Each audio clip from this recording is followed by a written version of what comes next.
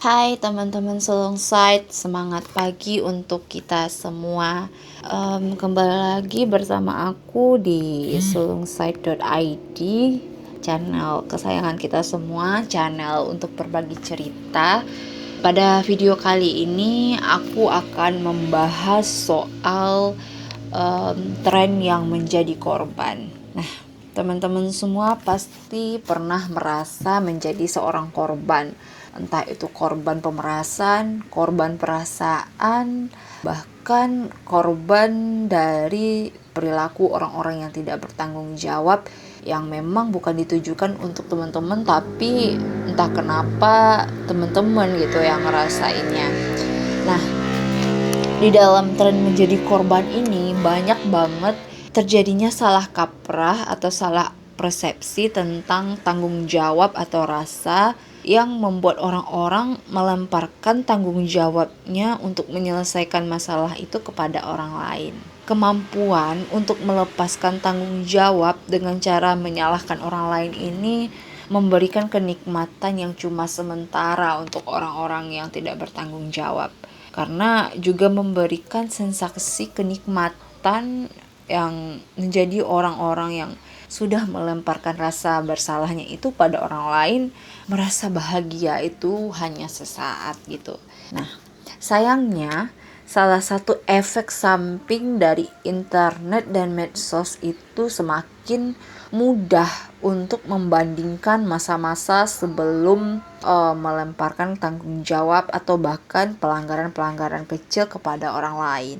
Faktanya, permainan menyalahkan atau mempermalukan di lingkungan publik ini telah menjadi populer gitu dalam kalangan tertentu, dan ini bahkan dipandang sebagai suatu tren gitu dan keren. Yap, seperti yang sering kita temui itu menyebarkan ketidakadilan kepada publik, seperti memanen perhatian atau emosi yang jauh lebih banyak dan mengkritik ketimbang sebagai besar peristiwa di media sosial, serta mampu memberikan imbalan berupa perhatian dan simpati yang berlimpah ruah gitu. Nah, kepada orang-orang yang mampu secara terus-menerus menjadi korban. Tren menjadi korban ini juga merupakan tren yang berlaku baik untuk mereka yang berpandangan kanan atau kiri. Maksudnya adalah mereka yang memandang hal itu bisa jadi di sisi positif atau negatifnya gitu.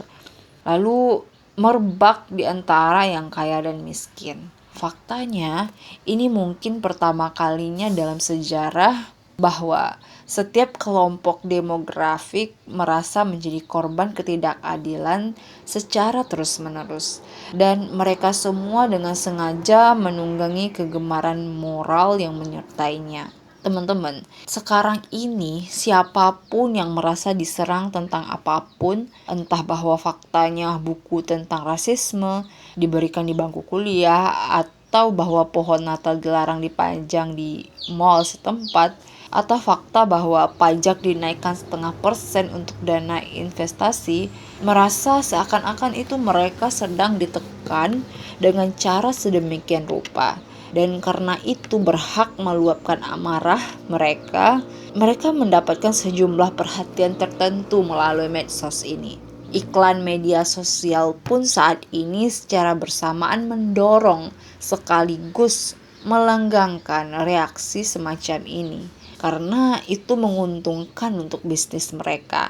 Termasuk juga penulis dan komentator media menyebut bahwa ini sebagai pornografi kemarahan. Ketimbang melaporkan kisah dan masalah sesungguhnya, media tahu bahwa akan lebih mudah dan lebih menguntungkan mencari sesuatu yang bersifat menciptakan kemarahan dan kemudian menyiarkan kembali kemarahan itu ke seluruh populasi manusia dengan sebuah cara yang memicu kemarahan sebagai populasi lainnya. Ini memicu semacam gaung omong kosong yang memantul bolak-balik di antara dua sisi imajiner, teman-teman. Dan di saat yang bersamaan mengalihkan setiap orang dari masalah sosial yang sebenarnya. Maka tidak mengherankan jika kita semakin terpolarisasi secara politik dibanding sebelum-sebelumnya. Nah, teman-teman, Teman-teman pernah berpikir tentunya masalah terbesar dari tren menjadi korban ini adalah bahwa ini semakin menjauhkan perhatian kita dari korban yang sesungguhnya. Ini seperti bocah laki-laki yang menirukan lolongan serigala. Semakin banyak orang yang mengatakan dirinya korban atas suatu pelanggaran kecil, akan semakin sulit untuk melihat siapa korban yang sebenarnya. Orang-orang pun menjadi kecanduan, teman-teman, merasa dirinya tak henti-hentinya diserang karena ini memberi mereka kenikmatan, semacam kebahagiaan yang sesaat, menjadi pihak yang dibenarkan, pihak yang dibela. Dan secara moral, mereka itu menjadi superior di teras mereka sendiri, atau mereka merasa menjadi pahlawan di masalah mereka sendiri, teman-teman.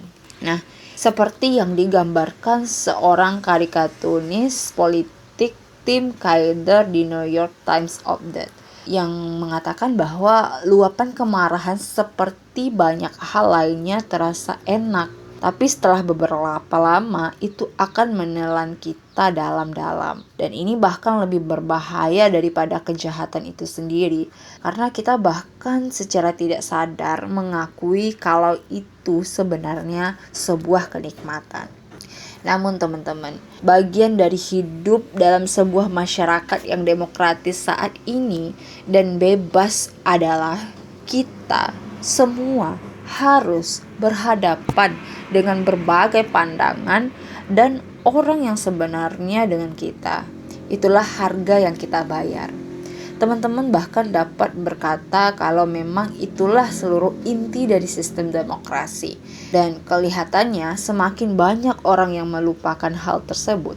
Kita disarankan untuk memilih pertempuran dengan hati-hati, sambil terus-menerus mencoba sedikit berempati terhadap mereka yang kita sebut musuh.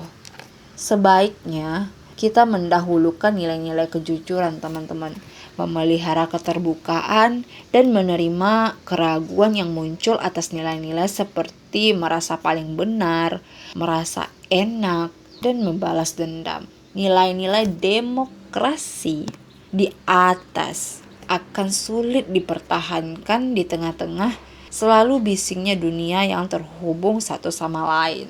Tapi kita, suka atau tidak suka, harus menerima tanggung jawab tersebut dan merawatnya. Stabilitas sistem politik kita di masa depan bisa saja bergantung pada hal ini. So, untuk teman-teman semua, jika teman-teman saat ini merasa menjadi seorang korban, mungkin ini adalah waktu teman-teman untuk bermain peran itu.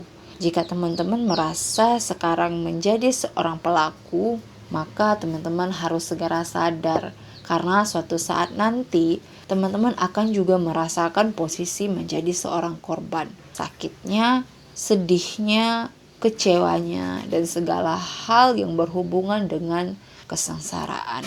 Oke, terima kasih untuk teman-teman yang udah dengerin cerita kita pada hari ini. Dan jangan lupa tinggalkan like jika teman-teman suka, dan dislike plus komennya jika ada masukan demi solusi yang lebih baik lagi ke depannya. Bye-bye.